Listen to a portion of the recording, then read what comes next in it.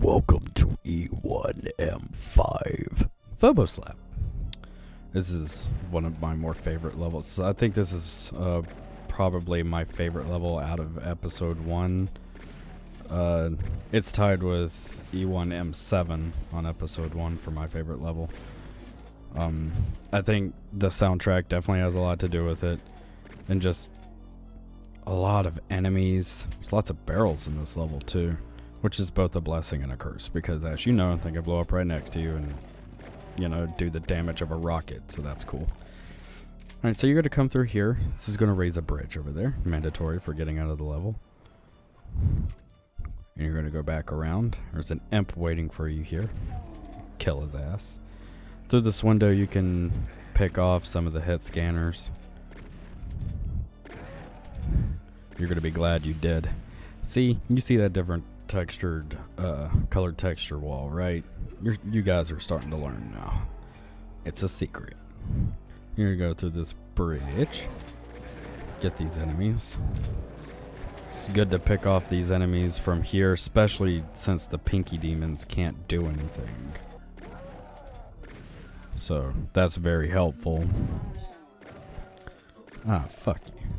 Grab the yellow key card. And a noob like you would go that way. We're not going that way. Yeah, you see that? That is a different textured wall.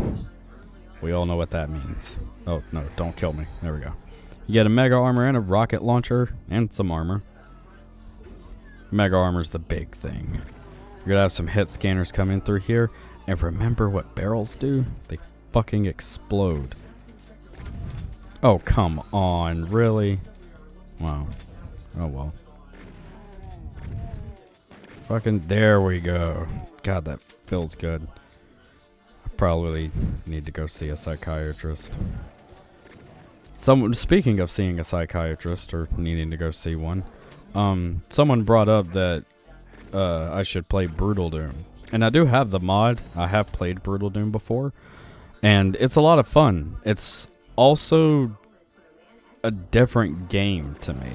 You approach Doom very differently in Brutal Doom because, you know, guns do more damage, but enemies have different strategies.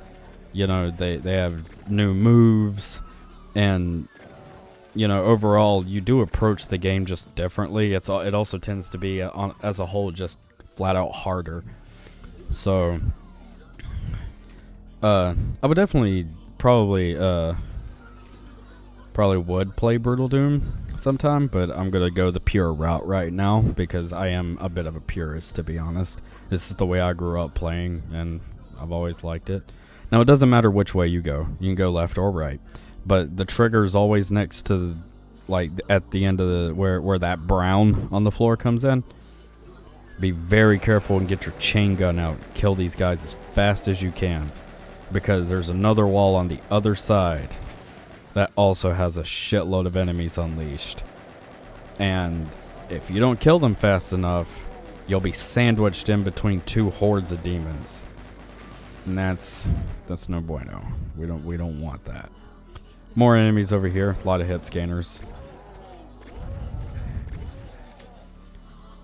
I think E1 could have benefited from having more enemy variants. Like, I also understand why it doesn't. You know, it's the shareware version, you know, and they're like, oh, you want more enemies and stuff? Well, then get the rest of the game, you know. But I would have liked to see, like, the Cacodemons and the Barons of Hell right in episode 1. If you turn around, radiation suit. And I believe this is the first radiation suit we've gotten. Makes going through these nukage pools safe. Also makes going through lava safe. You'll be going through a lot of lava in the later episodes. Shit. Fucking pillars went up without me. That's awesome.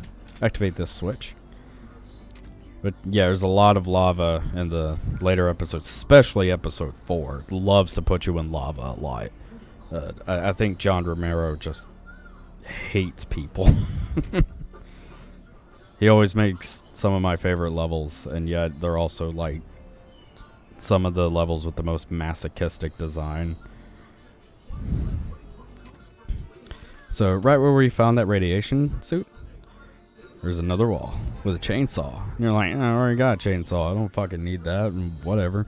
Good. There's another wall right behind it with a supercharge. Hell yeah. Now we're at...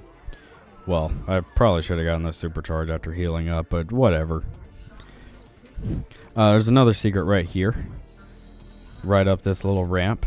And from where you came from, open the wall adjacent to where you came from. And there's your next secret. With the invisibility sphere. It's always nice.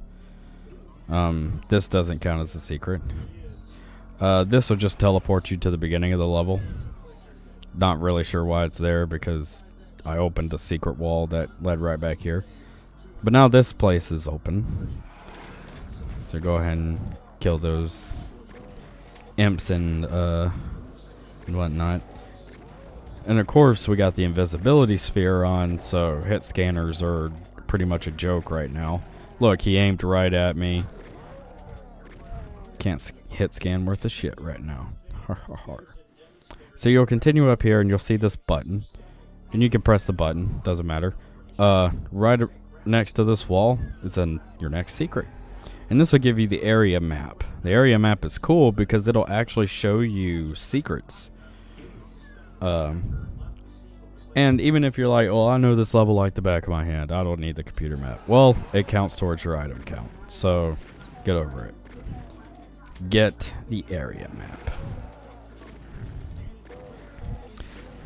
This is really when, you know, it starts to feel like Doom. Or I know I already said, like, E1M5 was like that. But, like, just these congested hallways with imps throwing fireballs without much room to maneuver.